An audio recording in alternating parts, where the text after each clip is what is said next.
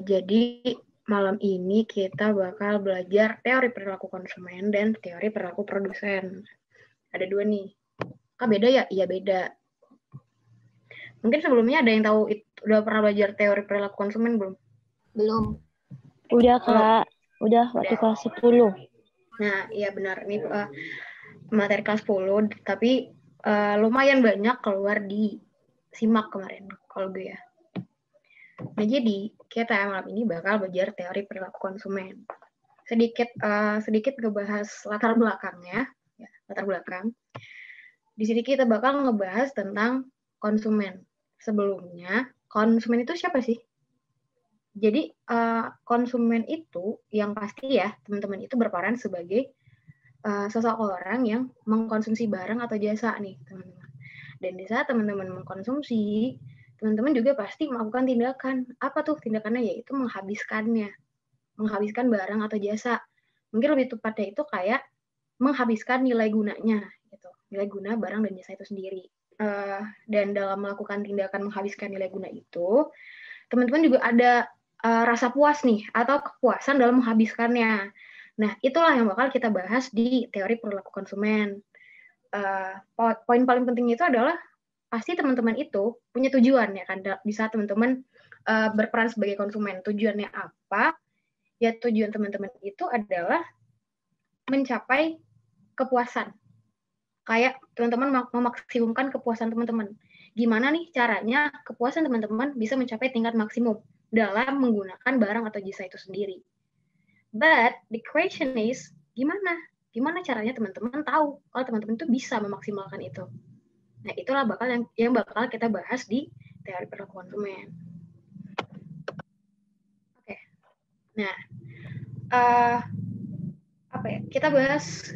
Jadi di teori perilaku konsumen itu ada dua teori nih. Jadi kita menganalisa kepuasan konsumen itu dengan dua teori.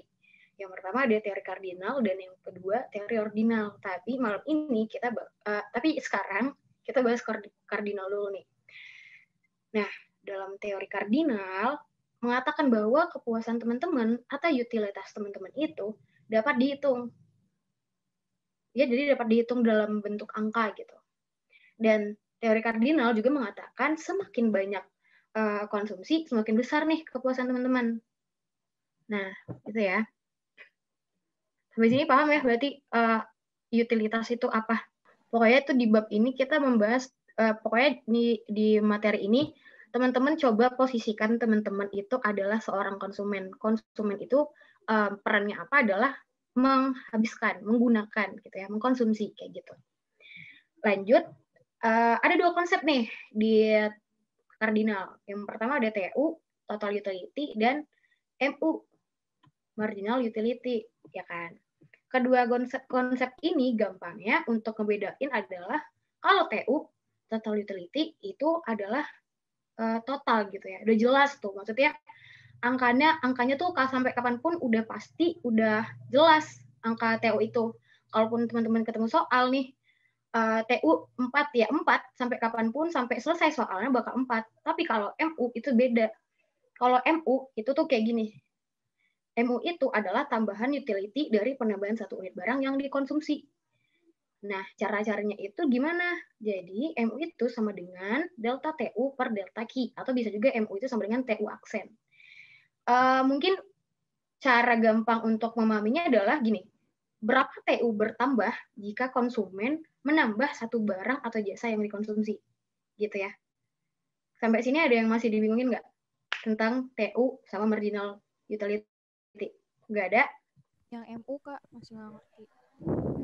Nah, jadi ya gini, MU itu kan total utility itu adalah total kepuasan kita, gitu kan ya. Total kepuasan kita dalam mengkonsumsi barang atau jasa itu. Nah, marginal utility itu adalah apa ya? Gimana misalnya kita mengkonsumsi 2 gelas air, misalnya gitu kan. Total utility yang kita dapatkan dengan mengkonsumsi 2 gelas air adalah 4 gitu. Jadi kita punya kepuasan 4 dalam mengkonsumsi 2 gelas air. Tapi gimana nih kalau misalnya kita nambahin 1 gelas lagi, 3 gelas. Apa tetap total utility yang kita dapatkan? Mungkin jadinya 6 gitu kan. Nah, 6 berarti yang awalnya kepuasan kita itu tadi 4 jadi 6, berarti kan bertambah 2 tuh. Nah, yang 2 itulah yang dimasukkan dengan marginal utility. Marginal utility itu adalah gampangnya adalah kepuasan yang kita dapat dengan kita tuh menambah konsumsi kita dalam menggunakan barang atau jasa gitu. Kebayang nggak? Kebayang, Kak. Kebayang ya? Bayang. Oke, aku lanjutin nih. Oke, nih ya, aku kasih contoh nih. Nah, contohnya ada jeruk gitu ya, jeruk. Kuantitas nih yang pertama kuantitas. Kuantitas teman-teman tahu kuantitas kan? Jumlah ya kan, jumlah. Total utility, ada marginal utility. Di saat kita mengkonsumsi 0, ya pasti jelasnya kepuasannya belum ada gitu ya. Terus, tapi kalau misalnya kita mengkonsumsi 1 jeruk, total utility yang kita dapatkan adalah 20, sebesar 20 gitu kan. Ya, iya kan? Nah, marginal yang kita dapatkan juga 20. Dari apa? Nah, coba lihat rumusnya. Kan rumusnya adalah delta TU per delta Q, ya kan? 10. Delta tahu teman kan? Teman-teman tahu delta kan? Delta TU itu berarti sama dengan TU2 dikurang TU1, 20 dikurang 0, 20. Dibagi 1 kurang 0, 1. Berarti 20 bagi 1, 20. Makanya marginal utility-nya 20. Gitu ya. Seterusnya juga gitu. Kayak gini.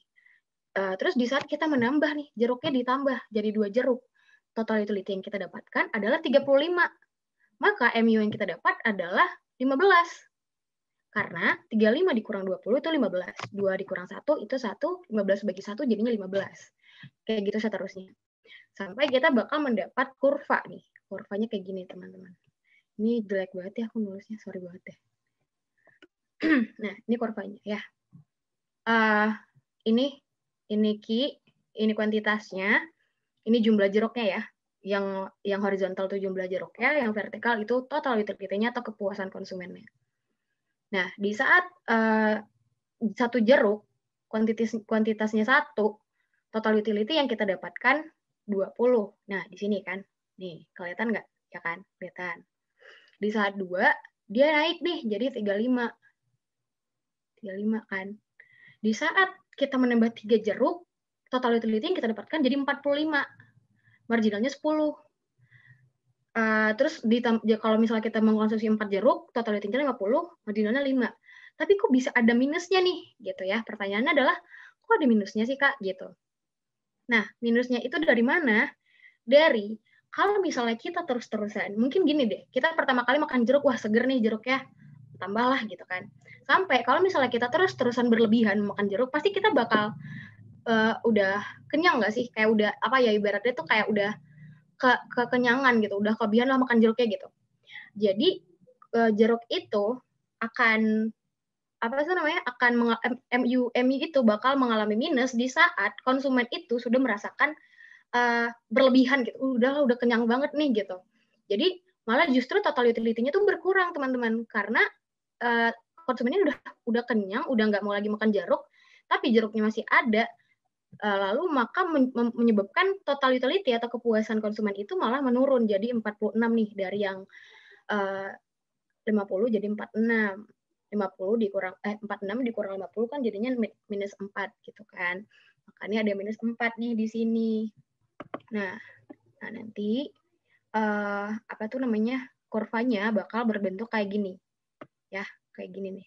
Udah jelek banget. Gue sebenarnya ngindarin banget jorot-jorot gini, gue takut jelek banget soalnya.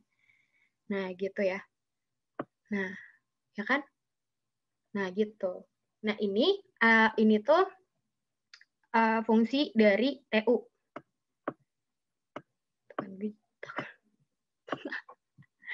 TU ya, itu TU. Terus marginal utility-nya, coba kita analisa. Nih, marginal utility-nya. Di saat kuantitas 1, marginal utility-nya nih. Di sini, ya kan? Nih, di sini juga nih. Di saat kuantitasnya 2, MU-nya 15. Di sini, ya kan? Di sini. Nih, di sini. Terus, di saat kuantitasnya 3, MU-nya 10. Di sini. Nah, terus juga di saat 4, MU-nya 5. Tuh. Jadi 5. Terus di saat 5, kan tadi aku bilang, kalau misalnya terus-terusan mengkonsumsi jeruk, konsumen atau kita nih sebagai konsumen yang mengkonsumsi jeruk itu akan merasa berlebihan, udah kekenyangan, udah makan jeruk itu bukanlah sesuatu kepuasan lagi seperti sebelumnya. Makanya total utility-nya bakal berkurang nih. Jadi yang awal 50 jadi 46. Yang membuat marginal utility-nya menjadi minus 4 di sini jatuhnya. Nah, makan terbentuklah kayak gini nih fungsi dari MU. Jelek bener. Nah, MU gitu. Nah, sampai sini ada yang mau ditanyain nggak?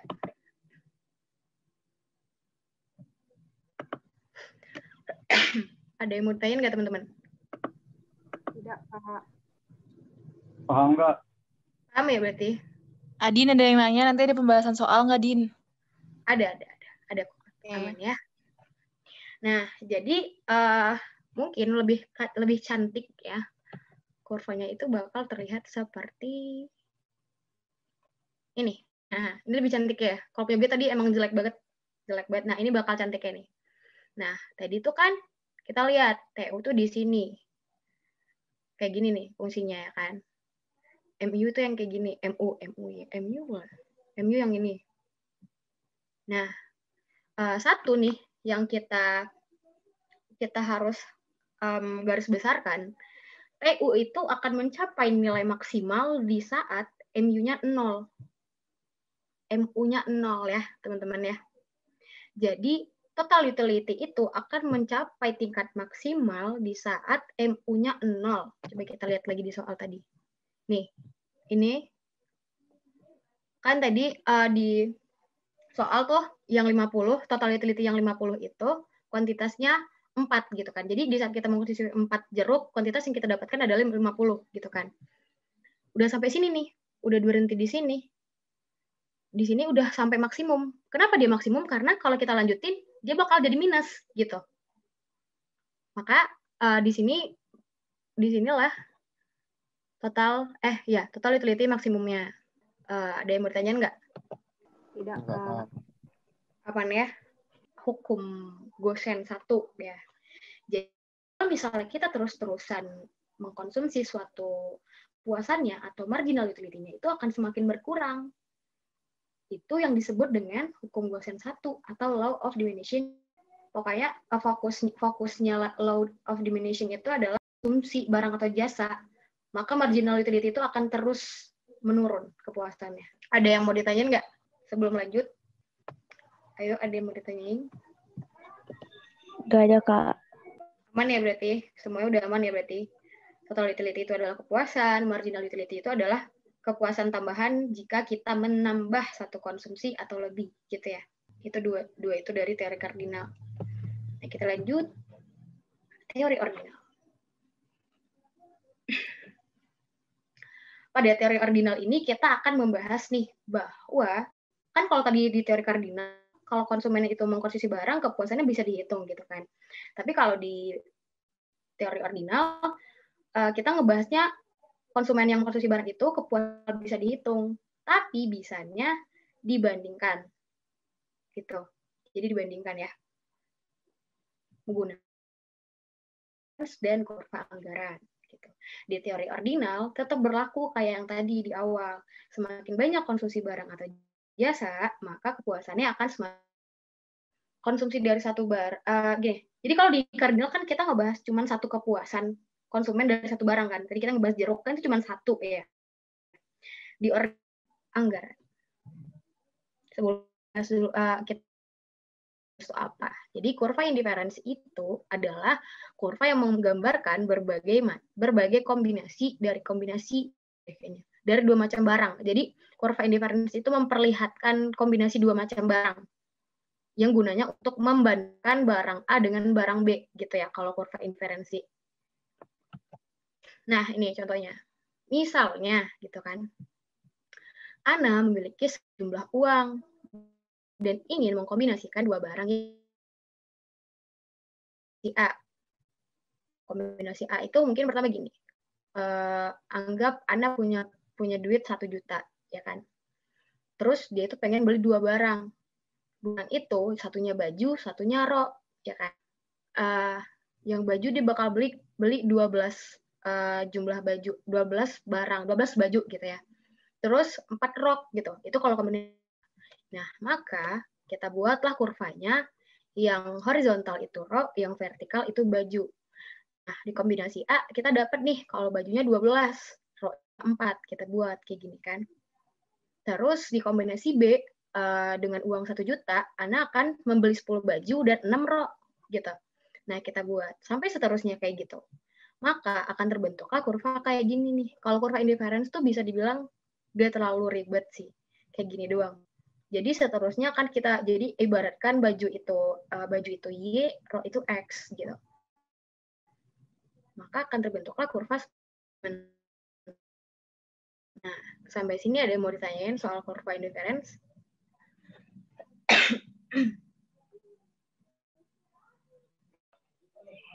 Mau tanya.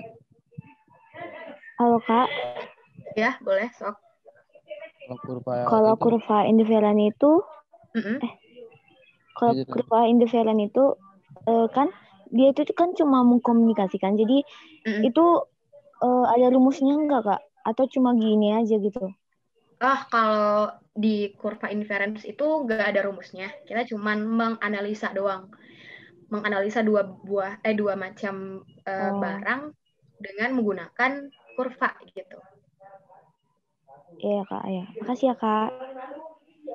Iya, sama-sama. Tadi ada yang mau nanya lagi? Kak, aku mau nanya dong, kalau misalkan kurva diferensi ya, itu kurvanya tuh pasti selalu ke bawah gitu ya arahnya? Apa dia bisa naik gitu nanti? Tergantung soalnya. Ya, tergantung soalnya dan tergantung barang yang kita kombinasikan. Ini aku liatin yang lebih bagusnya ya kurvanya. Nah, ini lebih bagusnya ya kurvanya. Penampakan kurva indifference yang lebih rapi. Nah, kurva indifference itu juga punya ciri-cirinya nih, teman-teman. Jadi, kurva indifference itu dia menurun dari kiri atas. Jadi, patokannya kita dari startnya gitu, mulainya kita mematoknya itu dari kiri atas nih, dari sini. Dari kiri atas ke kanan bawah, namanya downward sloping. Jadi, ingat-ingat bahwa kurva indifference ke kanan bawah, gitu ya. Terus juga, halo, suaraku dengar nggak? Putus-putus Kak tadi. Denger ya suaraku? Putus-putus Kak. Kedengeran ya? Kedengeran Kak, tapi kadang tuh hilang gitu. Tuh kan. Habis hujan nih di sini, sorry banget kalau wifi gue jelek banget ya. Jadi aku ulang nih. Jadi ingat-ingat. Iya bentar, sorry. Sekarang udah jelas belum? Jelas Kak. Oke ya, jelas. Aku ulang. Jadi ciri-ciri kurva indifference itu pokoknya harus diingat. Kalau sekarang. Iya. Jadi diingat kurva indifference itu dia startnya dari kiri atas ke kanan bawah. Jangan sampai nanti di contoh soal teman-teman bakal mereka tuh kayak ibaratnya terkecoh gitu sama soal.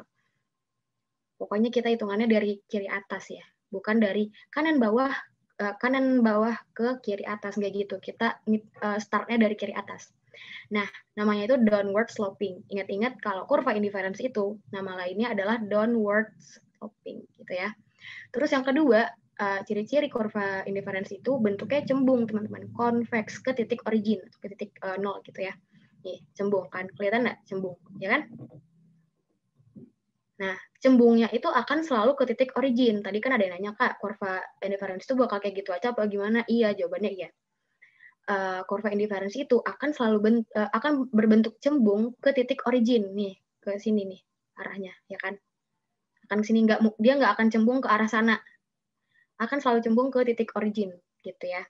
Terus yang ketiga, semakin jauh kurva indifference dari titik origin, semakin tinggi tingkat kepuasannya. Ya, jadi kalau di sini tuh, misalnya di sini titik kurva indifference yang pertama, terus ada nih yang kedua, misalnya bentar. Misalnya di sini ada lagi nih titik kurva indifference-nya.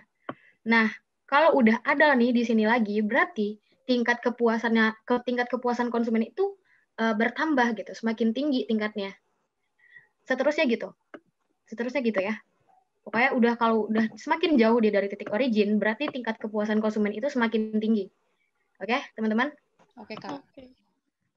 Oke, Kak. Terus yang terakhir, kurva indifference tidak saling berpotongan. Jadi kurva indifference itu tidak berpotongan. Ingat-ingat bahwa kurva indifference tidak saling berpotongan. Dia akan selalu begini bentuknya. Tidak akan dia berbentuk, entah itu dia berpotongan dengan B gitu ya, kayak gini, itu nggak bakal terjadi. Oke, kita lanjut. Atau ada yang mau ditanya lagi? Kak, Iya, boleh. ABC itu apa? Oh, itu maksudnya kayak kombinasinya. Kayak di soal sebelah kan nih. Sorry. Nih, ini nih. ABC itu gini. Misalnya kombinasi A, bajunya 12, roknya 4. Tuh. Titik ini namanya titik A gitu. Oke? Masih ya. Ya, ada yang Kak, mau ditanya ingin lagi? bertanya, Kak. Iya, boleh. Ini kan kurva indifferent itu kan untuk kombinasi dua barang. Jadi hubungannya dengan kepuasan apa ya, Kak? Kayak misalnya total utility, marginal utility kan emang ada hubungannya dengan kepuasan. Kalau kurva indifferent ini hubungan kepuasannya apa? Kepuasannya gini ya, misalnya yang pertama kombinasi A, aku bilang kan, Ana itu punya duit 1 juta. Dia dengan duit 1 juta, dia memilih untuk membeli 12 baju dan 4 rok gitu ya. Nah, itu adalah kepuasannya Ana gitu. Tapi gimana kalau misalnya Ana itu beli bajunya 10, roknya 6. Nah, itu udah nggak puas lagi. Maksudnya itu tuh udah keluar dari soalnya, udah keluar dari permintaan Ana atau targetnya Ana gitu. Jadi apa yang udah diperlihatkan di soal, apa yang udah diketahui di soal, itulah jumlah atau tingkat kepuasan seorang konsumen gitu. Nih kita coba ya. Anggap misalnya roknya 5 deh. Roknya jadi 6 ya. 6 ya. Misalnya 6 nih, roknya 6, bajunya 10 di sini. Salah deh. Sorry. Ini jadi kayak di bawah ya. Sorry. Oh, misal gini deh. Bajunya 12, tapi roknya 6 nih. Misalnya dibeli gitu ya. Misalnya bajunya 12, roknya 6. Berarti kan di sini tuh nanti jatuhnya ya. Nih, kayak gini. Ya kan, di sini nih. Dia keluar dong dari, keluar dong dia dari ini. Dari bentuk garis kurva indifference itu. Kalau udah keluar, dia itu udah memperlihatkan bahwa kepuasan konsumen itu nggak berbalik dengan apa yang dia tujukan gitu. Jadi ya dia akan pokoknya selagi hitungan kepuasan atau kombinasi dua barang itu dia di sini di sepanjang garis ini, maka itu kepuasannya udah mencapai kepuasan konsumen gitu. Tapi kalau udah di luar, itu tuh konsumen udah kayak apa ya, udah ibaratnya nggak memenuhi syarat lah gitu. Kalau udah keluar gitu. Ada yang masih dibingungin nggak? Ada yang masih dibingungin nggak? Guys, aman?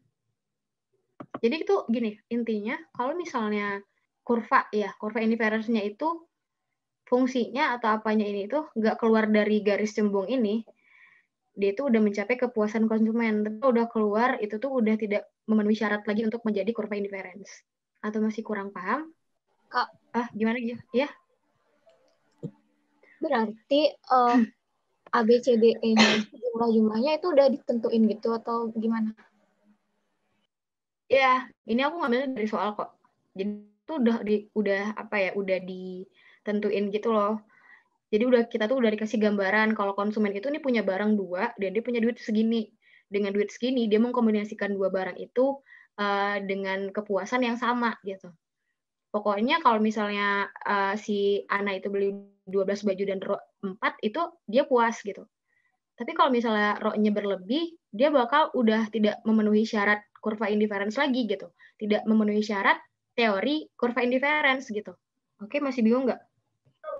Contoh soalnya gini nih. Ini contoh soalnya nih. Contohnya gini. Ini contoh soalnya sih. Ini contoh gambarannya gitu. Ini soalnya, ini cara kita buat kurvanya. Akan terbentuklah kurva kayak gini. Gitu. Paham nggak nih? Paham, Kak. Paham ya? pokoknya tuh gini nih, soal itu nggak bakal melenceng dari luar gitu loh, maksudnya nggak bakal kayak nggak ngebahas kurva indifference, pasti bakal di dalam kurva indifference terus dan tidak akan keluar dari garis cembung ini gitu. Tapi kalau dia udah keluar dari garis cembung ya jatuhnya bukan kurva indifference lagi, udah tidak memenuhi syarat kurva indifference gitu. Oke, aman ya? Aman, aku lanjut ya. Nah, selanjutnya ada budget line nih. Budget line. Aduh, aku pengen ke Dufan, teman-teman. Jadi aku kasih contohnya gitu aja ya. Nah, misalnya gini ya. Budget line. Budget line atau kurva anggaran. Budget line gitu. Budget line itu merupakan kurva yang mengkombinasikan dua macam output atau barang, pokoknya dua macam barang atau jasa ya, dengan sama gitu. Aku kasih contoh tadi Dufan dengan Bobati. Misalnya aku kasih contoh Dufan sama Bobati gitu ya. Contoh Dufan, misalnya kita ibaratkan budget line itu dengan apa ya? Dengan huruf I ya. Dengan huruf I, terus ada key X, tunggu deh, gini aja deh. Key X itu sama dengan tiket Dufan ya, tiket masuk Dufannya, tiket Dufan. PX-nya adalah harganya, misalnya harganya berapa deh? 50.000 deh, 50.000 ya. 50.000 ya kan? Terus ada yang namanya kie. Ada dua persamaan nih. Kie ya kan? Kie-nya Bobati. Terus PY-nya adalah harga Bobatinya. Harga Bobatinya anggap 25.000 deh, 25.000 ya. Oke. Budget line yang kita punya, anggaran yang kita punya untuk membeli dua barang ini, maksudnya budget uang yang kita punya untuk beli tiket Dufan sama Bobati itu ibaratkan 200.000 deh, misalnya gitu ya. 200.000 gitu kan. Gimana nih caranya budget line 200.000 kita bisa membeli dua barang ini dengan kepuasan yang sama gitu kan. Kita gitu. Nah, coba kita masukkan ke fungsi. Kita buat dia jadi fungsi. Ada yang bisa nggak nih buat ke fungsi? Gampang sih. Rumus dari budget line itu ya. Budget line itu rumusnya I sama dengan, ada yang tahu? Ada yang masih ingat? Atau udah lupa? Iya, PX kali KX ditambah dikali kan? Ditambah PY dikali Q. Nah, ini rumusnya ya, rumus budget line. Nah, udah dapat nih rumusnya, tinggal kita masukin ke dalam ini nih, yang udah aku kasih contoh soalnya. Nah, misalnya, misal kita jadikan dulu persamaan Q sama dengan 0. Tunggu dulu, aku belum buat ininya. Kan kita masukin. I-nya berapa tadi? I-nya berapa? Budget line-nya berapa? 200.000 sama dengan PX-nya berapa? 50.000. KX-nya KX gitu. Ditambah PX-nya berapa? 25.000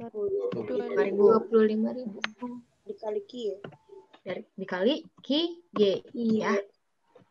Dikali Q. Nah, misalnya nih, kan kita udah ketemu kan fungsinya? Udah ketemu fungsinya, kita masukkan kayak matematika deh gitu. Kita misalkan KY-nya sama dengan 0. Berapa tuh kira-kira KX-nya? KX-nya bakal berapa tuh? Coba, ada yang bisa nggak? 200 dibagi 5. 40. 2 nggak sih? 4. Kak. 200 bagi 24. Oke. Nah, dapat QX-nya 4. Kita coba persamaan kedua. Misal QX 0. Berapa QX-nya? 8.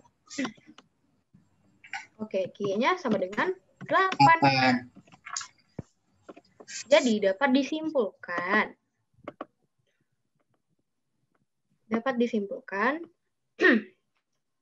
di saat QX sama dengan 0,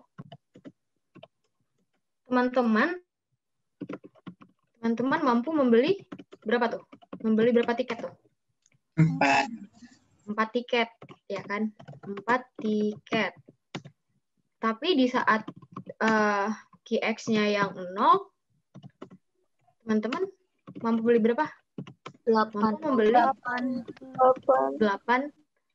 boba tea. Nah, maka ketemulah kurva budget line ini. Sampai sini ada yang bingung? Kak, jadi itu kalau mau nyari yang QX sama QY dimisalin dulu ya? Iya, jadi kalau untuk mencari QX sama QY, kita itu pasti kayak kita samakan dengan 0 dulu gitu.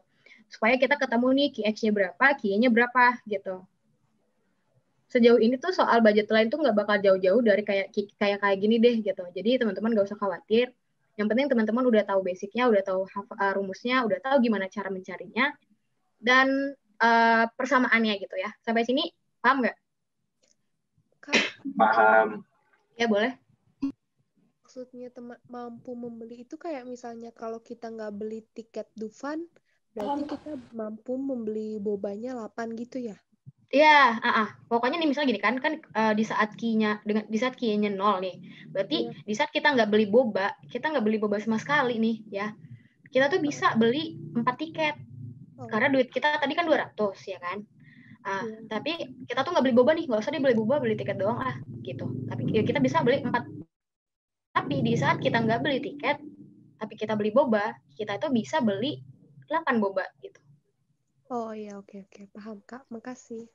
Kak, berarti di sini itu kita ngabisin uangnya itu untuk salah satu barang aja gitu ya. Kalau yang di indiferensi itu kita ngabisin uangnya itu untuk beli 2 barang gitu. Iya. Bukan menghabiskan sih, lebih kayak di budget line ini kita ngebahas anggaran kita untuk kalau di kurva indifference tuh kita kan membandingkan kepuasan kita dengan 2 barang ya kan, bener nggak? Tadi paham kan kurva indifference? Jangan sampai paham loh. Ya. Nah ya, tapi kalau di kurva budget line kita itu punya duitnya udah jelas, duitnya diketahui berapa, kita mau beli apa, dengan membandingkan 2 barang itu sama duit yang kita punya. Tapi kalau di kurva indifference tadi kan kita nggak diketahui itu duitnya berapa. Aku cuma bilang, misal Anda punya duit 1 juta, dia tuh mau mengkombinasikan 2 barang yang mungkin bakal dia beli gitu kan. Nah kalau di budget line itu dijelasin anggarannya berapa sih. Anggaran kita untuk pergi ke Dufan tuh 200.000. Di Dufan kita mau beli tiket sama ibu bati gitu. Dan itu kita coba kombinasikan di budget line. Jadi kalau di saat duit kita 200.000, tapi kita nggak usah beli boba gitu ya. Kita berapa dapat tiket Dufan? 4 gitu. Tapi di saat kita punya duit 200.000, kita nggak beli tiket Dufan, ya kita beli boba tea doang ya. Boba tea yang kita dapatkan 8 gitu. Maka akan terbentuklah kurva budget line yang kayak gini. Kalau kurva budget line tuh nggak terlalu ribet sih, kayak gini doang nih bentuknya. Sampai paham? Atau aku terlalu cepat? Kalau aku terlalu cepat bilang ya. Berarti 200.000 itu dapat 4 QX sama 8 QX dengan budget dengan gimana? Jadi gini, tunggu bentar ya. Jadi kita coba lihat lagi nih di definisi budget line-nya. Budget line itu merupakan kurva yang mengkombinasikan 2 macam output dengan anggaran yang sama gitu kan. Kita itu mengkombinasikan, membandingkan. Teman-teman tahu kan arti kombinasi? Kita tuh ngebandingin gitu loh. Barang A dengan barang B, tapi anggarannya sama gitu. Nah, aku ambil contoh tiket Dufan sama Bobati. Kita punya duit 200.000 gitu ya. Coba kalau misalnya dengan fungsi yang kayak gini nih, 200.000 sama dengan 50.000 QX tambah 25.000 QY, ada dua yang bakal kita dapatkan nih. Pertama, kalau misalnya kita nggak beli Bobati, kita bisa dapat 4 tiket Dufan. Tapi kalau kita nggak beli tiket, kita bisa dapat 8 Bobati gitu. Itu yang dimaksud dengan mengkombinasikan dua macam output dengan anggaran yang sama. Kita tuh ngebandingin gitu loh.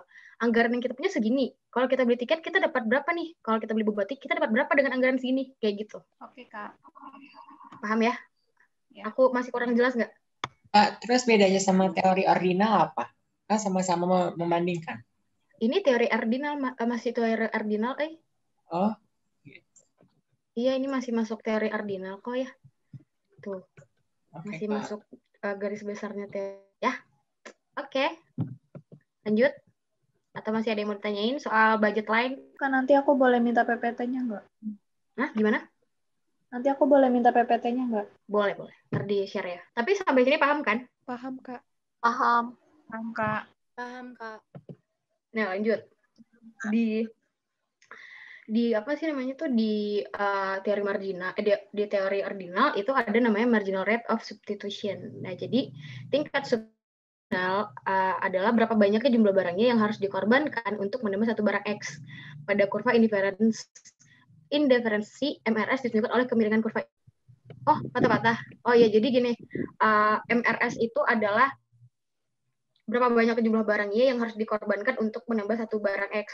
Nah, kalau MRS ini patokannya adalah di teori kardinal juga ada namanya law of diminishing marginal utility. Itu patokannya di mana? Aku bilang tadi. Putus, Kak. Masih putus-putus ya? Halo? Masih putus-putus nggak? Jelas, Din. Di patokannya itu suaranya hilang. Oke, jadi gini, tadi di teori kardinal kan ada hukum Gaussian 1 atau law of diminishing marginal utility. Aku bilang di hukum itu kita ngelihatnya dari apa tadi? Patokannya di mana? Kepuasan, Kak. Bukan, maksudnya di marginal utility-nya kan. Kita menganalisa law of diminishing marginal utility itu dengan melihat marginal utility-nya. Semakin banyak kita mengkonsumsi, marginal utility-nya akan semakin turun. Itu namanya law of diminishing marginal utility. Nah, sementara di marginal rate of substitution, di teori ordinal, kita melihat patokannya di kurva indifference. Jadi, kita itu melihat berapa banyaknya jumlah barang Y yang harus dikorbankan untuk menambah satu barang X. Gitu. Kan kayak tadi tuh, ada dua barang kan, baju sama rok gitu kan. Kita tuh mau beli baju 12, rok 4. Gitu. Nah, itu tuh adalah perbandingan yang udah mencapai tingkat kepuasan si konsumen tadi untuk mencapai kepuasannya itu gitu. Jadi baju dengan baju 12, rok 4 itu kepuasannya Ana udah dapat gitu. Tapi kalau misalnya roknya 5, bajunya 12, itu tuh udah keluar dari syaratnya kurva indifference, syaratnya teori ordinal gitu. Nah, itu yang dimaksud dengan marginal rate of substitution. Nah, sampai sini ada yang masih kurang paham nggak? Atau aku kecepatan? Jadi ini ngitung atau ini, Kak, ngejelasin tentang berapa yang harus dikorbanin. Iya, jadi ini tuh patokannya di kurva indifference doang. Ini dia nggak ngebahas atau nggak ngepatokin ke budget line. Jadi cuma patokannya di kurva indifference. Berarti nanti gambarnya bengkok gitu ya, Kak, garisnya? Iya nih, kayak kemiringan ini tuh. Ini tuh kan didapat dengan cara kita ngebandingin dua barang kan tadi. Akan terbentuk lah namanya, tadi aku bilang, kurva indifference yang cembung ke titik origin, ya kan. Nah, garis ini didapat dengan cara kita membandingkan dua barang ini, ya kan. Membandingkan dua barang ini. Nah, di marginal rate of substitution tadi, kita itu lebih kayak apa ya? Ngebahas perbandingannya itu gitu di marginal rate of substitution. Tapi itu gambarnya tetap sama kayak gitu kan, Kak? Iya, sama. Dia ngebahas kemiringan kurva indifference ini loh. Ini kan miring nih. Miring cembung gitu kan. Cembung dan miring gitu. Dia nggak kayak kurva ini. Kalau kurva ini kan cuma kayak gini doang nih. Gimana sih cara bilangnya tuh kayak gini lah, kebayangkan. Nah, kalau misalnya kurva indifference tadi itu dia miring, cembung gitu. Nah, itu diakibatkan dengan adanya perbandingan dua barang tadi. Akan terbentuk lah kurva kayak gini. Kalau teman-teman, ya, kalau teman-teman coba gambar tuh nanti bakal kelihatan tuh kurvanya bakal kayak gitu. Oke, makasih Kak. Kak. Ya. Berarti dia nggak bisa dihitung juga ya, Kak? Apanya? Apanya tuh? Kayak perbandingannya gitu, kayak... Oh, kalau kurva indifference sama kalau budget line kan kita pakai hitungan, ada rumusnya gitu kan. Kita ngitung-ngitung lah pokoknya ibaratnya kalau di budget line. Tapi kalau di kurva indifference kita nggak ngitung, kita cuma ngebandingin doang dan jumlah barangnya, kuantitas barangnya itu tuh udah ada, udah dikasih ntar gitu. Udah pastilah gitu. Jumlahnya berapa nih, barang apa aja, dan itu tuh dicoba untuk dibandingkan agar nanti kita bisa lihat tuh kurva indifference memenuhi syarat nggak dengan kurva indifference ini nih, dengan ciri-ciri kurva indifference yang ini. Kalau sama, ya berarti dia bisa disebut dengan kurva indifference gitu. Oh, iya. Ya, ada yang mau tanya tadi? Tadi ketika anak kan milih 12 rok sama 4 tadi coba lihat kurva itu. Tadi anak kan milih 12 baju, 4 rok. Terus ketika anak pengen 6 rok harus diturunin kan bajunya ya. Jadi 10 baju. Iya. Oh, gitu. Itulah yang dibilang sama itulah yang dimaksud sama marginal rate of substitution. Jadi berapa jumlah barangnya yang harus dikorbankan biar kita bisa nambah barang X gitu. Kalau kita lihat nih di sini tuh ya kan. Kita perbandingin nih. Tapi kita ngeliatnya di kombinasi B misalnya. Kak, ya, Kak. Jadi kalau di kombinasi B nih, kalau kita misalnya mau menambah row, kita tuh harus ngorbanin baju yang kita mau. Kalau kita menambah 2 ya kita harus ngurangin 2 dari baju gitu. Oh, oke Kak. Itu yang namanya marginal rate substitution gitu. Jadi kita mensubstitusikan barang nih. Kalau misalnya kita mau nambah barang, kalau kita mau roknya lebih banyak ya kita kurangin bajunya gitu. Di kurva indifference itu garis cembungnya emang nggak pernah mepet di garis X atau Y ya Kak. Mepet tuh maksud gimana nih? Dia bakal gini nih. Nih yang lebih cantiknya aja deh. Kita lihat ya. Jangan yang punya aku jelek banget soalnya. Nih kayak gini nih teman-teman. Dia bakal kayak gini terus, bentuknya cembung. Kan tadi udah ada ciri-cirinya. Ini ciri-ciri kurva indifference itu mutlak, gak bisa kita tambah-tambah atau kita mau kasih yang lebih lain. Kak, itu kurva indifference tuh kayak gini nggak kayak gitu, nggak bisa. Ini udah dari sananya jadinya kayak gini. Teman-teman harus tahu nih ya. Oke? Udah tahu ya? Udah tahu ciri-ciri kurva indifference kan? Adin boleh nambahin nggak, Din? Boleh. Tadi kan ditanyakan dia bakalan bisa mepet sama garis X atau enggak kan? Kalau misalkan ditanya kayak gitu, sebenarnya bisa. Cuma dari ciri-ciri yang ketiga, semakin jauh kurva indifference dari titik origin kan semakin tinggi tingkat kepuasannya. Berarti kalau misalkan dia semakin mepet sama X, ya berarti tingkat kepuasannya rendah, gitu aja. Gitu sih, menambahin itu doang. Mepetnya tuh maksudnya dekat ke ini ya, dekat ke sini ya. Siapa yang nanya ini ya? Maksudnya tuh dekat ke sini ya nih? Dekat ke garis ini. Iya, iya. Oh iya. Benar-benar. Iya, benar yang kata Diana. Jadi kalau dia ke sini ya berarti tingkat kepuasannya menurun. Kebalikannya kalau dia malah ke sini ke atas, itu tingkat kepuasannya tuh meningkat gitu. Oh, berarti bergerak nggak cuma ke kanan doang, nggak bisa ke kiri kayak? Bisa ya. Bisa ke kiri. Point out. Wow. Aman guys. Aman Kak. Jangan sampai ada yang nggak aman nih. Aman ya? Aman nggak? Tadi startnya kurva indifference dari mana? Mulainya startnya di mana? Kiri atas Kak. Kiri atas. Terus? Kiri atas kanan bawah. Atau kanan bawah. Namanya apa? Downward sloping. Nah, itu biasanya suka ditanyain tuh. Iya, Kak. Aman ya? Oke, aman. Lanjut. Udah. Ini nih. Teman-teman kalau tahu rotasi kan?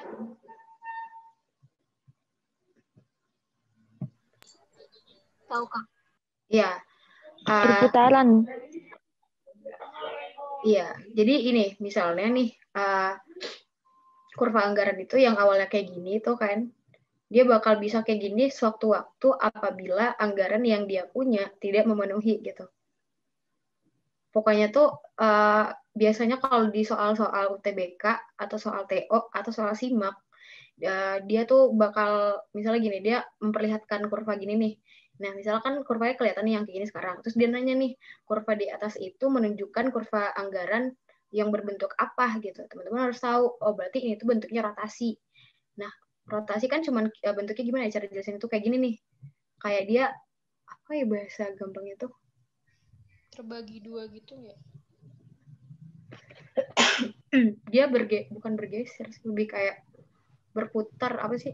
Kayak gini ya, pokoknya. Tapi kalau bergeser itu dia bergeser teman-teman nih, lihat. Yang awalnya dia di sini, bergeser dia ke atas gitu. Ya kan? Oh, kemiringannya kayak Kak? Iya, kemiringan. Iya, sorry. Kemiringan. Nah, kalau pergeseran tuh benar-benar kelihatan pergesernya. Bergeser yang awalnya dia di mana nih? Di bawah, kiri bawah, bergeser ke kanan atas. Gitu ya. Nah, ibaratnya gini nggak sih Kak, kalau pergeseran itu antara sudut yang paling ujung ke ujung tuh sama gitu, gesernya. Nah, kalau rotasi tuh nggak mesti kayak gitu. Iya. Itu sih analisanya gitu. Oke, makasih. Teman-teman, iya sama-sama. Makasih juga udah dibantu jelasin. Nah, pokoknya gitu tuh. Jadi teman-teman harus tahu perbedaan rotasi sama pergeseran. Jadi kalau yang ini rotasi, kalau misalnya ada soal nih nanya, bentuk kurva di atas adalah bentuk kurva apa gitu ya. Itu adalah bentuk kurva rotasi ke anggaran gitu. Kurva anggarannya itu rotasi gitu. Dan kalau yang ini bergeser gitu kan. Terus ada keseimbangan konsumen nih. Keseimbangan konsumen itu akan tercapai. Ini kebayang nggak kenapa bisa kayak gini? Tahu nggak kenapa? Gabungan kurva. Nah, gabungan kurva budget line dengan kurva indiferensi gitu kan. Di saat kita mencoba untuk menggabungkan dua kurva itu, akan tercapai keseimbangannya di sini. Akan bertemu titiknya di sini gitu. Titiknya bertemu di sini. Bentar ya, aku coba. Nah, di sini kan. Mau coba pakai pen pointer. Nih, di sini. Nih, ini adalah keseimbangan konsumen. Disinilah bertemunya keseimbangan konsumen itu jika kita satukan kurva budget line sama kurva indiference tadi. Teman-teman masih ingat kan kurva indiference yang mana? Mana tadi kurva indiference yang mana? Yang itu yang cembung. Iya, cembung. Ya kan, yang cembung. Yang ini kurva budget line. Kalau kita satukan, mereka bakal bertemu di sini nih, di tengah ini nih. Nah, di saat mereka bertemu, itulah yang disebut dengan keseimbangan konsumen. Oke, aman? Nama lainnya nggak ada, Kak? Keseimbangan konsumen itu? Nggak ada sih. Nggak ada nama lain. Mungkin ya kalau keseimbangan, kalau di bab ini ya, di teori perilaku konsumen, keseimbangan konsumen tuh kayak kita sebut dengan keseimbangan konsumen. Dia nggak kayak punya nama ekonomi atau nama bahasa Inggris gitu, enggak. Dia tetap keseimbangan konsumen gitu. Oh, berarti titik pertemuan antara kurva indiference sama kurva budget line. Ya. Oke, makasih. Bersinggungan. Itu dia, bersinggungan. Ketika kurva budget line dengan kurva indiference bersinggungan, akan kita hasilkanlah namanya kurva keseimbangan konsumen gitu. Aman? Ada yang mau ditanyain? Aman Kak, insya Allah. Aku lanjut ya. Nah, masih semangat gak nih? Aduh, aku kenapa buat ini sih? Malu aku. Masih semangat gak? Masih dong, Kak. Masih, Kak. Masih dong, Kak. Ya kali. Banget dong, Kak. Menuju PTN 2021 nggak? Amin. Oke. Amin. Jadi maba 21. Di kampus impian, di jurusan yang diinginkan. Amin. Semangat semuanya. Untuk make sure teman-teman masih semangat dan paham, nih coba aku kasih contoh soal. Oke, Kak. Ada yang bisa? Dia bisa jawab? D. Nomor 1 D. 1 D. Aku 1 D. Kak. Halo. Nomor 2. 1 D. Nomor 2 E. Nomor 3 D. Nah, yang jawab 1, 2, 3 tadi coba jelasin ke teman-temannya. Mana tahu teman-temannya ada yang masih kurang paham nih. Kenapa 1 D, 2 E, 3 D? Oke. Jadi nomor 1 itu kan barusan kakak jelaskan tadi. Jadi kalau keseimbangan konsumen itu terjadi jika kurva indiferen bersinggungan gitu ya dengan budget atau kurva anggaran. Terus yang nomor 2 TU atau total utility itu mencapai maksimal jika MU-nya sama dengan 0. Nomor 2 E. Terus nomor 3 itu kan sama soalnya dengan nomor 1. Jadi kurva indiferen bersinggungan dengan garis anggaran sama dengan budget line. Itu Kak. Aman ya berarti teman-teman. Udah aman dong berarti ya. Aman. Masih ada yang kurang, ada yang masih ada kurang nggak? Kurang nih, kurang paham Kak? Aman. Sebenarnya tuh materi ini tuh kayak seru gitu loh kita belajarnya. Seru nggak sih? Iya, seru banget malahan. Seru, Kak. Seru kan? Kalau misalnya dia pakai kurva gitu baru bingung Kak. Iya emang sih kalau kurva tuh emang membingungkan kalau di ekonomi. Kayak gue aja tuh masih sering bingung kalau dulu ya. Kak boleh ini. Boleh, ini Jorot namanya emang Jorot ya? Iya Kak, cuman lah. Gak apa-apa Jorot. Jorot mau nanya. Coba slide yang kurva tadi Kak. Yang kurva aman nih, ini. Yang 3, nah ini, oke. Yang ini? Gimana sih? Oh yang 3, yang ini, oh ya. Nah ini.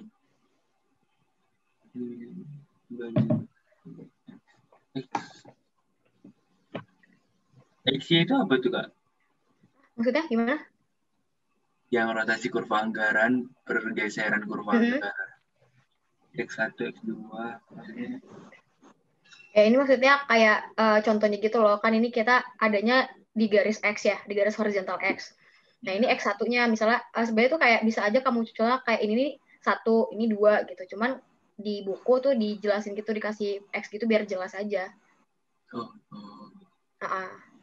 Oke, makasih ya. Iya, sama-sama. Ada yang mau ditanya lagi?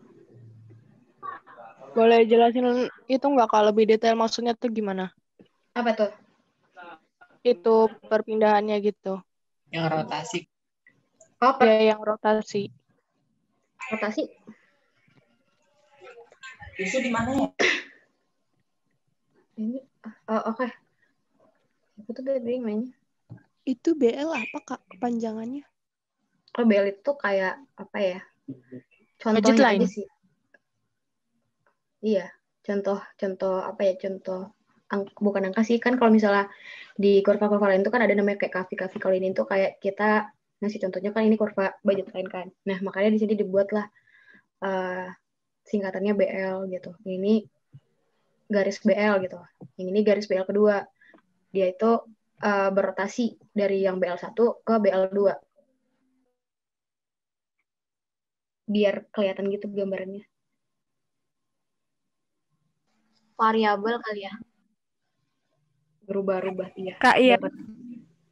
Hah, gimana? Yang rotasi kurva anggaran itu karena perubahan harga bukan sih?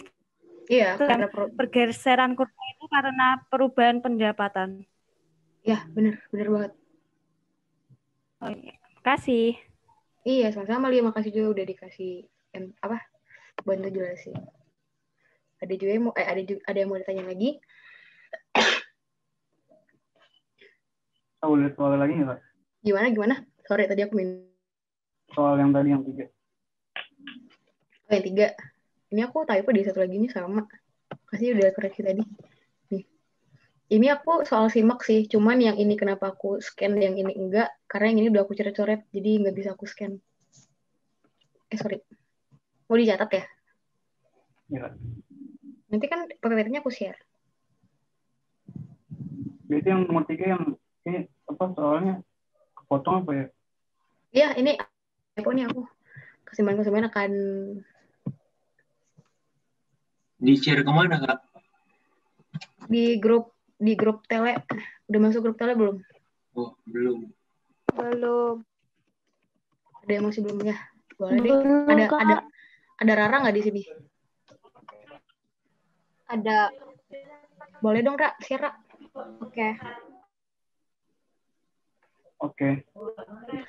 Oke, sambil nunggu di share link, aku lanjut ya. Kan tadi kita materinya teori konsumen sama produsen. Oke, aku lanjut sama teori produksi. Ini,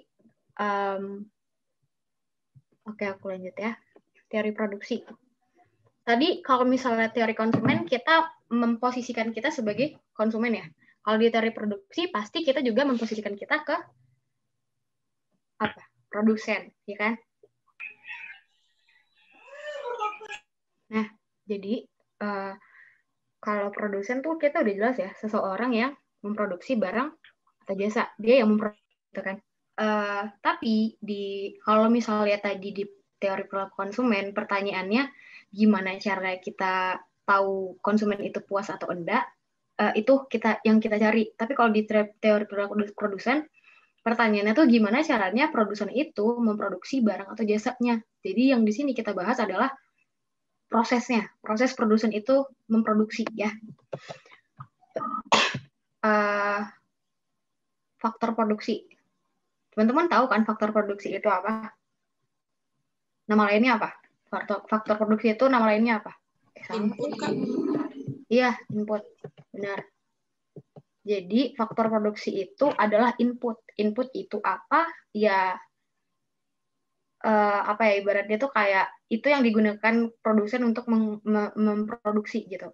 Nah, jadi produsen itu punya input, teman-teman, yang biasa kita sebut dengan faktor produksi. Tapi kalau misalnya biasa kalau kita belajar tuh kan faktor produksi itu ada berapa sih? Ada 4 kan ya? Ada apa aja tuh? 4-nya. Tenaga kerja, Modal, Sumber daya alam, Sumber daya manusia. Skill. Nah, ya kan? Ada 4 tuh, tenaga kerja, modal, sumber daya alam, dan skill. Tapi di teori produksi, di teori perilaku produsen, kita cuma ngebahas tenaga kerja sama modal. Ya.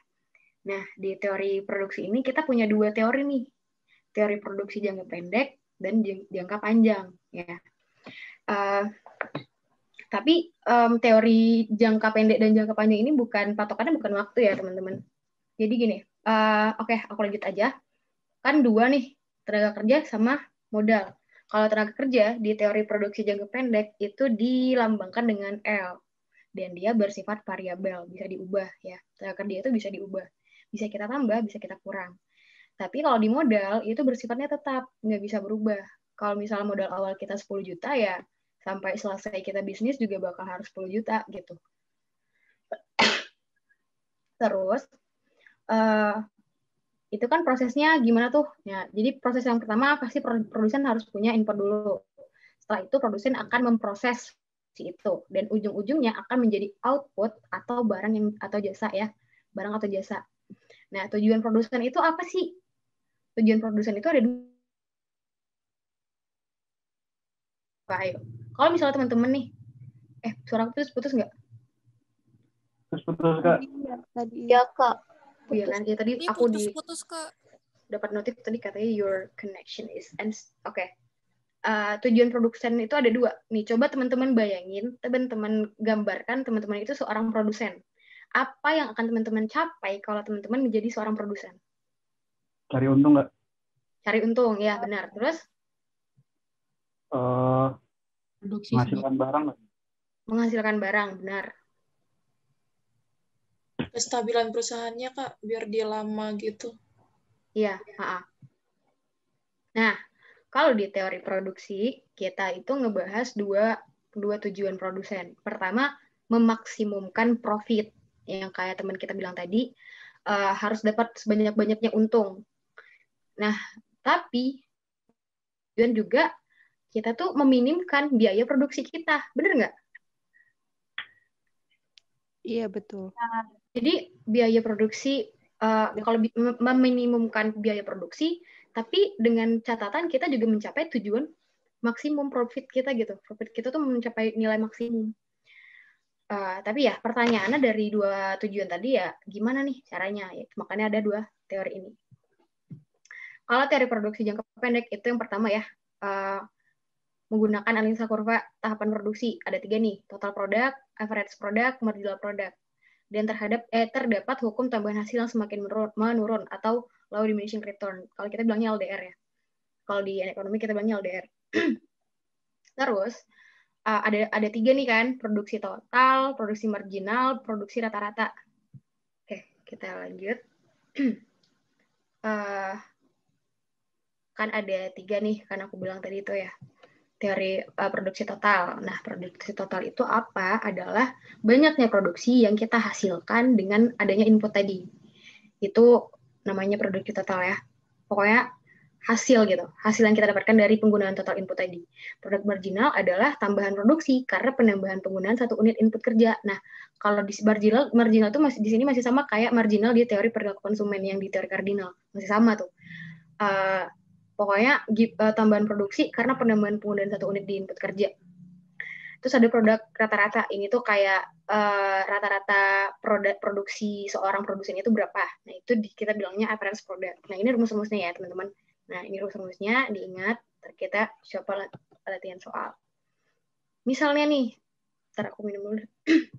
Oke, misalnya kita nggak bisa dicoret kalau di situ. Oke, misalnya kita bisnis bobati gitu ya. Misalnya aku bisnis bobati nih. Ini L tadi apa? Tenaga kerja. Oke.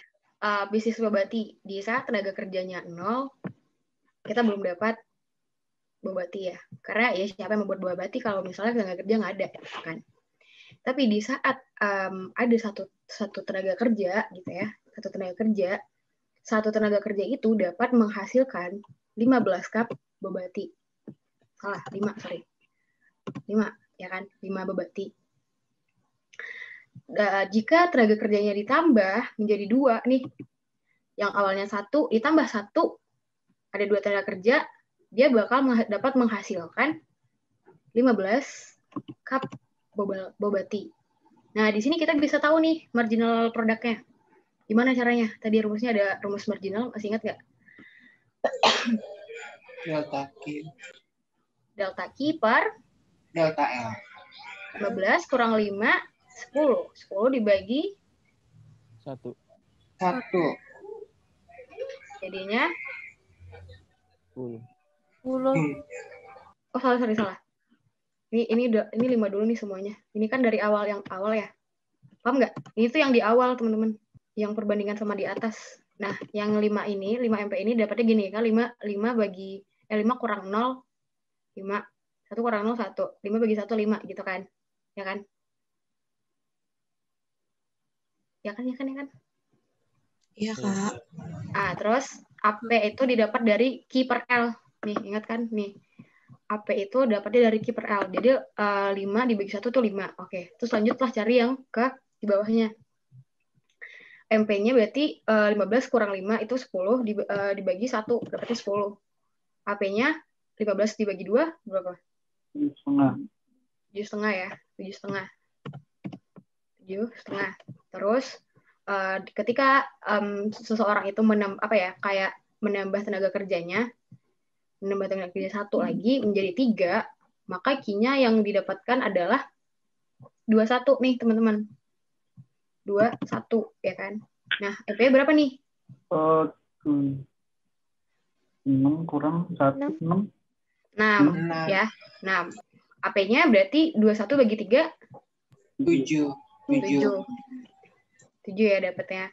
Terus kalau kita tambah lagi nih, tenaga kerjanya tambah 1 orang lagi jadi 4. Q-nya yang dihasilkan dari 4 tenaga kerja itu mendapatkan 24 bobati. 24 bobati. Maka MP-nya berapa nih? 3. 3. AP-nya? 6. Oke, 6. Tambah lagi nih tenaga kerjanya, jadi tambah 1 lagi jadi 5. Maka dia dapat menghasilkan 24 bobati juga nih. Berarti sama ya. 24 bobati. Tapi MP-nya jadi berapa nih, teman-teman? 0. 0. Nah, Maka AP-nya yang kita dapat berapa? 24 bagi 5. 4,3. 4,8. 40 bagi 5, 8. 4,8. Oh iya. 4,8 ya. Terus ditambah satu lagi sama produsennya untuk tenaga kerja. Satu orang lagi. 6. Maka yang dihasilkan adalah 18, teman-teman. Maka MP-nya jadi berapa nih? Min 6. Min 6. AP-nya jadi 18 bagi 6? 3. 3. Minus gitu. Jadi sama kayak yang jeruk tadi, semakin banyak kita mengkonsumsi jeruk, maka kepuasan yang kita dapat itu akan semakin menurun gitu ya. Sama dengan itu, sama dengan kayak tenaga kerja sekarang, semakin banyak tenaga kerja, semakin apa ya, ibaratnya tuh kayak semakin bobatinya tidak terproduksi dengan baik gitu. Maka marginal produknya akan menurun. Nah, inilah yang bakal nanti kita buat. Ini kan udah ketemu nih semua ya angkanya kan. Kamu nih angkanya semua. Sampai sini masih ada yang nggak tahu nggak angkanya dapat dari mana? Kak. Gimana? Itu tapi kalau kini itu pasti dari soal kan ya udah ada kan? Iya, kalau L sama Q itu udah diketahui. Ntar kita tinggal cari MP sama AP. Nah, oke, lanjut ya. Kak, itu Q-nya itu bobanya ya? Jumlah cup bobanya ya, jumlah cup bobati. Cup itu apa sih bahasa Indonesia-nya? Cup. Gelas ya, gelas cangkir gitu. Quantity gitu ya. Quantity itu kan jumlah. Nah, makanya di sini tuh jika satu tenaga kerja dapat menghasilkan 5 gelas bobati. Tapi ditambah satu lagi nih tenaga kerjanya, jadi 2 tenaga kerja dapat menghasilkan 15 bobati. Ketemu lah ini semuanya. Udah angkanya dapat nih kan. Tinggal kita masukkan ke kurva. Aku buat 2 kurva ntar ya. Aku buat 2 kurva. Nah, tadi kan kita lihat nih di sini kan. Tadi aku bilang bentar aku coba ini.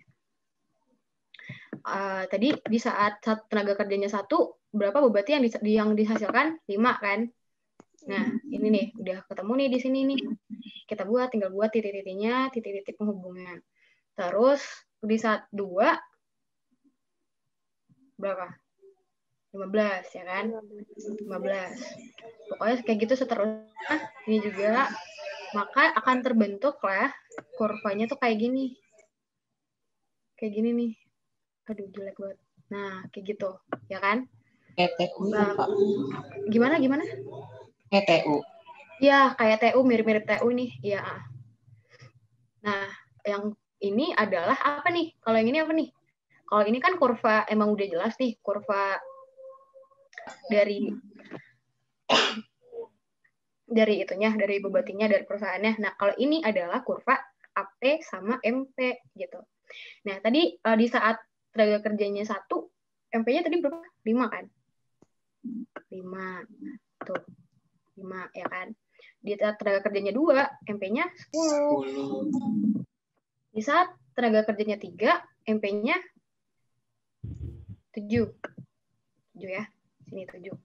Di saat tenaga kerja 4, MP-nya kan udah ketemu nih kayak gini kan. Terus kita sambungin aja nih teman-teman kurvanya jadi kayak gini. Gini ada jelek banget, sorry. Nah, ini kan udah ketemu. Ini kurva apa nih? MP ya. MP. Nah, sedangkan ada AP juga kan tadi. Di saat tenaga kerja 1, tadi AP-nya juga 5 ya kan. Masih di sini nih AP-nya. Terus ketika tenaga kerja 2, AP-nya 7,5. Di sini nih, ibaratnya di sini ya. Misalnya gini. Itu. Di sinilah AP-nya di sini yang tenaga kerja 2. Di saat tenaga kerja 3, average product-nya 7. Di sini misalnya ya, 3. Misalnya di sini. Nah, terus di saat 4, average-nya jadi 6, turun lagi dia. Sini jadinya ibaratnya 6 gitu ya. Udah jelek banget, sorry. Nah, di saat 5, dia jadi 4,8, makin ke bawah nih. Di saat 5, makin ke bawah, terus yang 6 juga jadi 3. Nah, di sini. Maka nanti akan terbentuk lah kayak gini nih. Kayak gini kurvanya. Kayak gini. Nah, gitu ya. Terus kalau misalnya teman-teman mau lihat yang lebih bagusnya tuh kayak gini nanti kurvanya kalau digabungin. Nah, gini. Kelihatan nggak? Kelihatan. Nah, bakal kayak gini nih kurvanya. Yang pertama ini adalah kurva total product, ya kan? Total product. Ini tadi kurva marginal product. Yang ini kurva average product. Tadi kan aku pisah supaya nggak bingung. Makanya nanti tapi kurva itu pasti bakal digabung. Nah, maka kalau digabung, maka akan terbentuklah kurvanya kayak gini nih, teman-teman. Nah, gampang kan ya?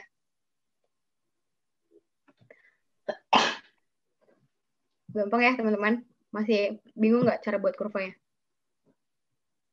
Kalau masih buatnya masih, iya nggak apa-apa kan Kak, tinggal itu. Tapi paling kalau ke penjelasannya agak bingung. Penjelasan gimana tuh? Caranya? Bukan, yang titik-titik itu. Itu yang ini? Bukan, yang TP mencapai maksimum itu kayak gitu.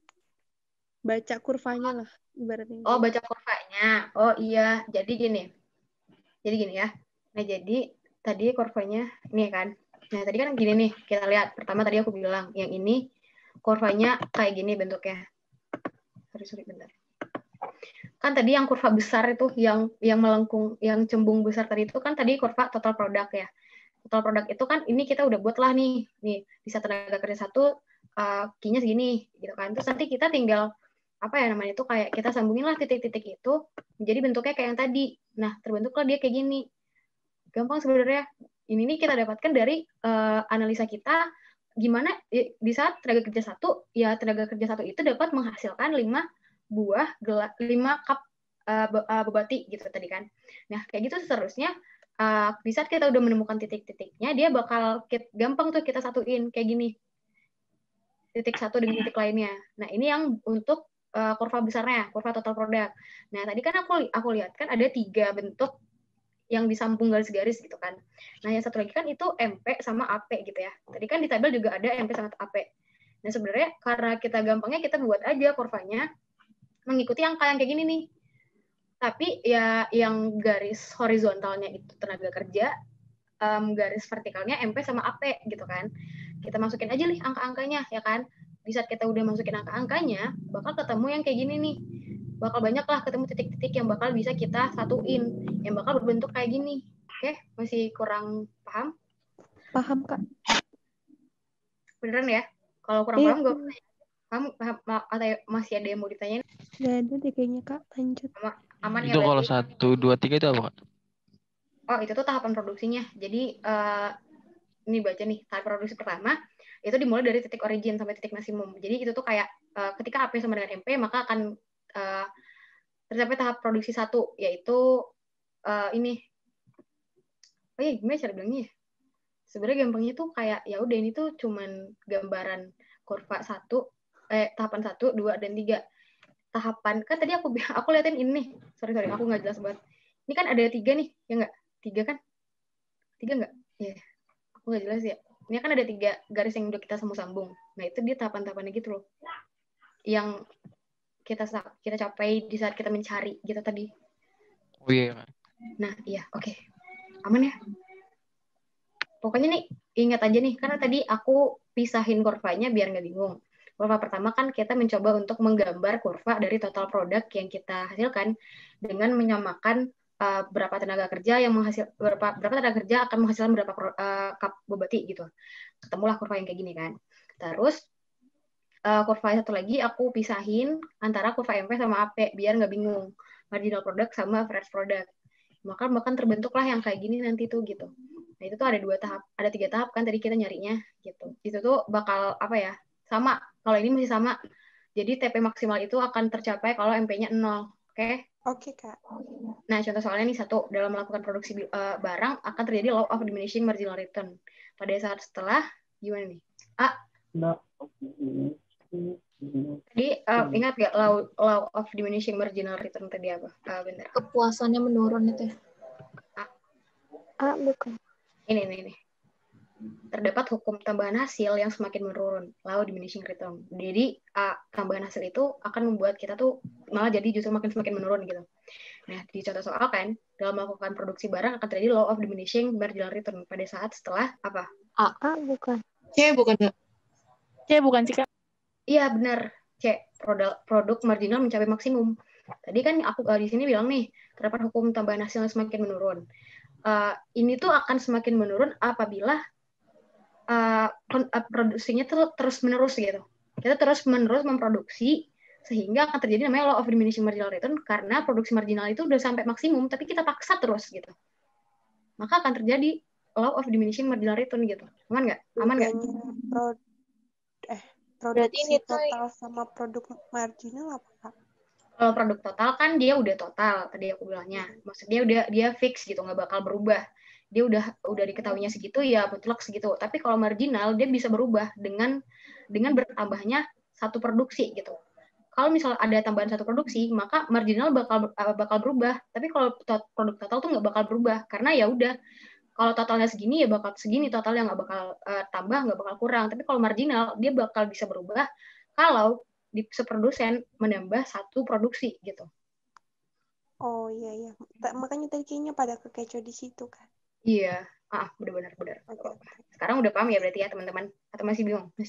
Tadi kayaknya ada yang mau nanya. Siapa aku nggak lihat itu.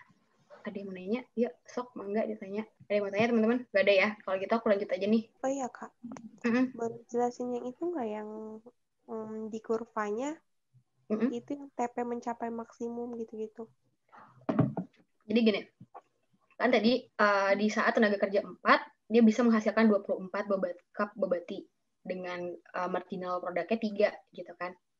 Tapi di saat ditambah 5 dia udah pas tuh berhenti di 24, dia nggak bisa nambah lagi. Di saat kita menambah satu tenaga kerja, dia ya sama, maksudnya dia tetap segitu, menghasilkan bobatinya bakal tetap 24. Karena apa? Karena udah mencapai maksimumnya gitu. Karena marginalnya udah 0 gitu. Kalau misalkan ini 24 dikurang 24, 24 kurang 24 kan 0 tuh. Ya kan? Marginalnya tuh udah 0, berarti udah sampai di situ. Kalau misalnya udah marginal udah 0, untuk ke bawahnya lagi bakal minus nggak? Minus kan? Kayak ini nih, di bawahnya aja udah jadi minus 6 jadi. Nah, kalau udah minus itu udah apa ya? Ibaratnya tuh udah nggak hitungan lagi gitu. Jadi hitungan total produk itu hanya akan dihitung yang plus positif aja gitu. Total produk itu akan dihitung kalau nilai bernilai positif.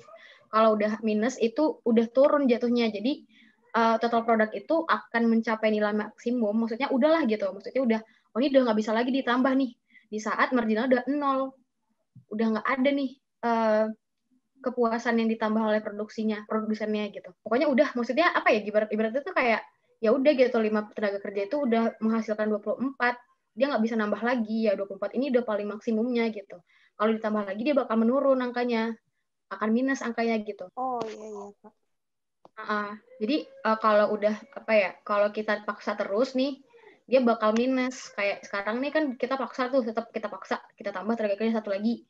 Ya kalau kita paksa malah justru jadi minus marginalnya. Karena boba yang dihasilkan malah menurun di 18, yang awalnya 24 jadi 18, maka marginalnya jadi minus. Karena 18 dikurang 24 itu kan jadinya minus 6. Nah, makanya total produk itu mencapai nilai maksimum jika MP-nya udah 0 gitu.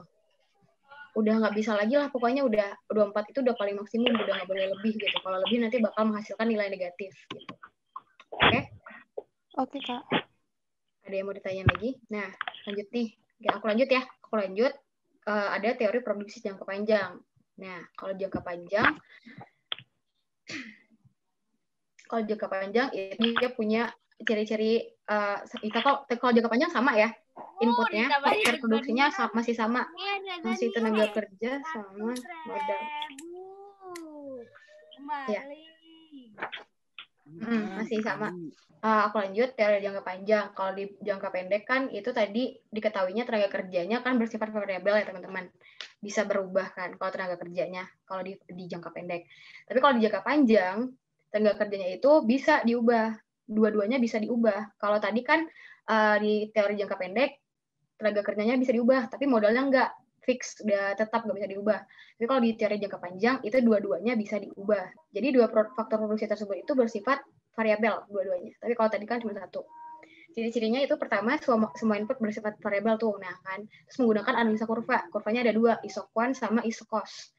Ya, pertama kita bahas langsung. Ada kurva isoquant. Isoquant itu adalah kurva yang menggambarkan berbagai kombinasi penggunaan dua macam faktor produksi yang sama. Jadi gini nih gampangnya, iso itu kan artinya sama, quant itu quantity ya kan. Berarti quantity itu berarti apa? Jumlah yang sama gitu kan. Jumlah yang sama. Kalau iso cost, iso itu sama, cost itu berapa? Harga ya kan? Biaya. Berarti harganya yang sama. Nah, cara bedanya gitu doang. Kalau iso cost itu barangnya yang sama, tapi kalau iso cost itu harganya yang sama. Nah, jadi ini kurvanya ya, kurva isoquant itu. Misalnya, coba aku cari dulu deh. Misalnya nih, modal kita 2 juta, misalnya gitu ya, 2 juta. Terus, dengan modal 2 juta, kita tuh bisa merekrut lah gitu ibaratnya. Just let's say kayak 5 gitu ya misalnya, untuk usaha kecil-kecilan. Nah, akan terbentuk lah yang kayak gini kan. Nih, kayak gini nih. Nih. Tapi, nanti di saat modalnya tetap 2, kita tuh bakal ngurangin tenaga kerja.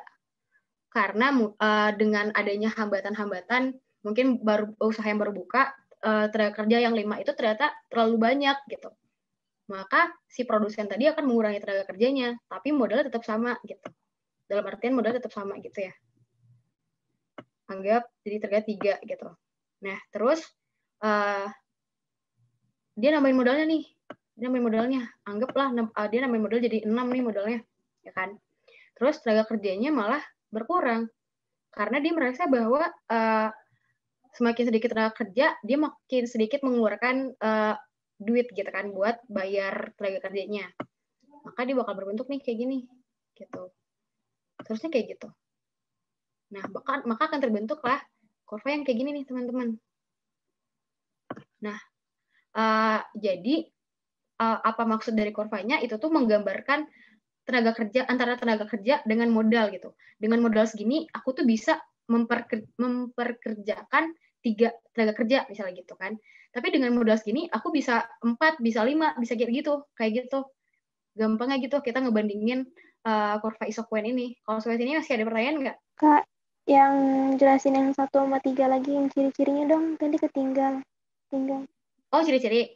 Oh ya, ciri-ciri. Jadi, kalau di teori jangka pendek kan tadi inputnya, faktor produksinya, tenaga kerjanya bisa berubah, tapi modalnya nggak bisa fix kan. Udah fix. Tapi kalau di teori jangka panjang, input atau faktor produksi itu dua-duanya bersifat variabel, dapat diubah gitu. Terus juga dia menggunakan analisa kurva. Kurvanya ada 2, kurva isoquant sama kurva isocos gitu kan. Terus juga nanti terdapat skala hasil, return to scale. Nanti kita bahas ini di akhir. Nah, yang pertama kita bahas dulu nih kurva isoquant-nya, aku bilang kan. Jadi kalau isoquant itu tuh kan iso sama quant itu kan titik. Berarti ya kita ngebahasnya barang atau jasa yang sama gitu, untuk ngebandingin gitu. Oke, gimana nih? Masih kurang jelas ya? Berarti itu yang membedakan. Gimana? Kecepatan, Kak, yang nomor 1. Nomor 1 yang ciri-ciri. Iya, yang tenaga jangka pendek itu kan tadi tenaga kerjanya tetap, terus modalnya bisa berubah. Kalau kebalik, tenaga kerjanya variabel, modalnya tetap. Iya, jadi gini. Tadi kan di teori produksi jangka pendek, input yang dipunya sama produsen, faktor produksinya kan ada 2, tenaga kerja sama modal. Di teori produksi jangka pendek, tenaga kerja itu bersifat variabel, bisa berubah. Tapi di modalnya udah bersifat fix, nggak bisa diubah gitu ya. Tapi kalau di teori produksi jangka panjang, input atau faktor produksi yang dipunya sama produsen itu bisa berubah dua-duanya. Bersifat variabel lah dua-duanya ya. Tenaga kerja bisa berubah, modal juga bisa berubah gitu. Oke, makasih Kak. Iya, sama-sama. Makasih Kak. Iya, sama-sama. Nah, kita masuk mungkin ke ciri-cirinya aja nih. Kita gampangnya untuk ngebahas gambaran dari kurva isoquant itu menurun dari kiri atas ke kanan bawah. Sama nih ya, sama yang masih ingat nggak tadi ini ciri-ciri kurva apa?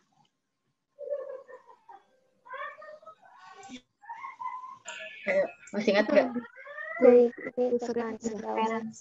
Iya, masih ingat ya. Sama kayak kurva indiferensi. Jadi kurva isoquant itu menurun dari kiri atas ke kanan bawah. Jadi hitungannya adalah dari kiri ya. Kita melihatnya, memulainya, ngebacanya itu dari kiri atas ke kanan bawah, bukan kanan bawah ke kiri atas, bukan gitu ya. Dan kita sama nih sebutannya downward sloping juga. Terus bentuknya cembung lah ke titik origin. Nah, ini tuh hampir sama sebenarnya sama kurva indiferens ya. Semakin jauh kurva isoquant dari titik origin, semakin tinggi kuantitasnya.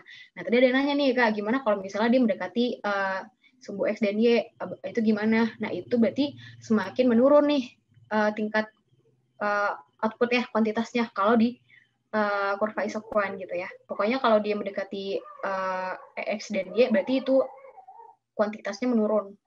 Tapi kalau dia jauh dari titik origin, itu kuantitasnya semakin tinggi, gitu. Paham nggak? Kak, maaf. Ya. Kakak ada jelasin soal harga yang sama, itu apanya yang Kak yang sama? Harga yang sama maksudnya? Tadi Kakak ada bilang soal harga yang sama untuk isoquant.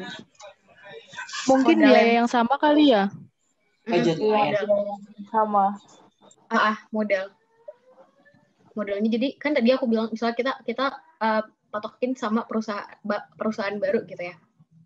Dia punya modal 2, dia pengen memperkerjakan 5 gitu kan. Kan ketemu nih nanti di titik A kan. Tapi ternyata 5 itu terlalu banyak nih kata si produsen. Akhirnya dia mengubah tenaga kerja menjadi 3, tapi modalnya tetap 2 gitu kan. Terus di saat dia menambah modal 6, dia juga mengurangi tenaga kerjanya jadi 2 gitu. Paham nggak? Oke, makasih Kak. Iya, sama-sama. Dan itu sih. Nah, itu. Gimana kalau misalnya modalnya 6, Kak, terus tenaga kerjanya 5? Dia bakal tidak memenuhi syarat kurva isoquant karena dia keluar dari garis cembung. Ih, kamu manis banget. Iya, belajar dulu ya. Dadah. Nah, kalau misalnya modalnya 6, tenaga kerjanya 5, dia bakal keluar dong dari garis cembung. Kalau dia keluar dari garis cembung, ya maka dia tidak memenuhi syarat kurva isoquant gitu, teman-teman. Sampai sini paham nggak, teman-teman? Ada yang mau ditanyain nggak? Paham ya? Oke, aku lanjut. Boleh nggak? Boleh, Kak. Boleh, Kak. Oke, lanjut ya. Nah, ini. Terus ada namanya marginal rate of technical substitution. Jadi, itu tuh adalah berapa banyaknya jumlah input yang harus dikorbankan untuk menambahkan satu unit input lain. Nah, itu tuh sama kayak tadi di ini kurva indiferensi ya kan. Jadi ada berapa banyak input yang kita korbankan untuk kita bisa nambahin input lain gitu. Kalau di isoquant itu namanya marginal rate of technical substitution. Terus ada pengertian kurva isokos nih. Kurva isokos itu adalah tadi apa? Kalau isoquant kan tadi tentang barang atau jasa ya. Tapi kalau isokos itu kita ngebahas tentang biaya atau harga gitu. Yang sama besar. Nah, gini nih. Gampangnya. Jadi gini, di saat modal ada yang bertanya nggak di sini? Gampangnya tuh gini sih. Jadi kita tuh mengkonsumsi 2 macam barang, tapi biayanya sama. Ibaratnya tuh kalau misalnya kita ini abaikan aja deh ini. Kalau ini kayaknya aku kayak misalnya gini, misalnya kita mau apa ya? Misalnya kayak tadi deh, kita mau beli baju, kita juga mau beli rok gitu kan. Tapi duitnya sama nih, biayanya sama besar gitu. Terus gimana ya cara jelasinnya? Pokoknya patokannya harga sih. Jadi kalau misalnya bajunya, misalnya kita beli baju tuh harganya 50.000, terus roknya 50.000 juga gitu kan. Itu harganya kan sama tuh. Tapi barangnya kan ada 2 gitu kan. Nah, itu tuh kita coba menggambarkan dua barang yang harganya tuh sama gitu. Nih, kan dia bilang tuh menggambarkan kombinasi konsumsi 2 macam barang yang membutuhkan biaya yang sama besar. Jadi biaya untuk beli baju sama biaya untuk beli rok tuh sama biayanya, sama-sama 50.000 kayak gitu. Oh iya, paham. Paham ya? Terus ini rumusnya sih, biasanya kalau untuk kurva isokos tuh ya, sejauh aku ikut TO atau ikut soal-soal gitu, jarang sih bakal nanya-nanya ada soal hitungan gitu. Paling dia nanya kurva isokos itu apa dan gimana bentuknya kayak gitu. Tapi ya nggak apa-apa sih, jaga-jaga aja untuk rumus ya. Jadi gini, rumusnya ini. Jadi sama dengan WL plus VK. Jadi C itu adalah biaya atau anggaran produsen. W itu tenaga kerja, itu jumlah tenaga kerja dan harga dan jumlah modal. Kayak gitu aja sih. Kita teman-teman coba ini aja sih. Nih, dihafal aja sih yang ini rumusnya. Aku nggak punya contoh soal itu belum. Tapi jarang sih ada contoh soal yang hitung-hitungan dari kurva isokos. Tapi kalaupun ada, teman-teman boleh banget sih chat aku di Telegram atau di DM. Ya. Oke, Kak. Kalau untuk sekarang kayaknya aku belum nemu contoh soalnya deh.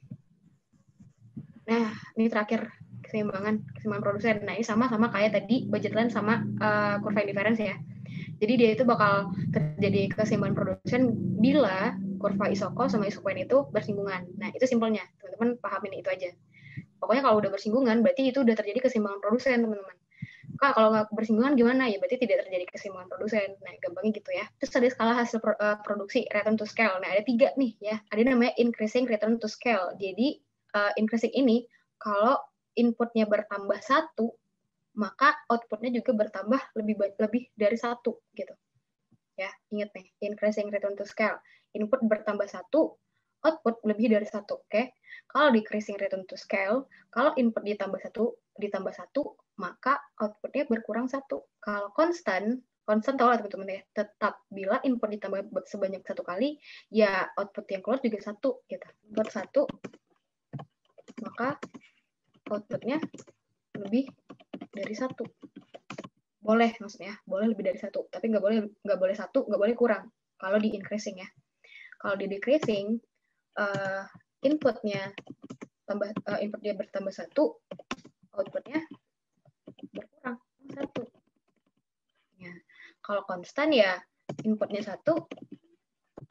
Kalau konstan apa ya? Nah, inputnya 1, outputnya juga 1. Gitu. Ada yang mau tanyain sampai sini? Paham, Kak. Paham ya? Susah nggak materinya? Paham, Kak. Susah nggak materinya, guys? Paham, Kak.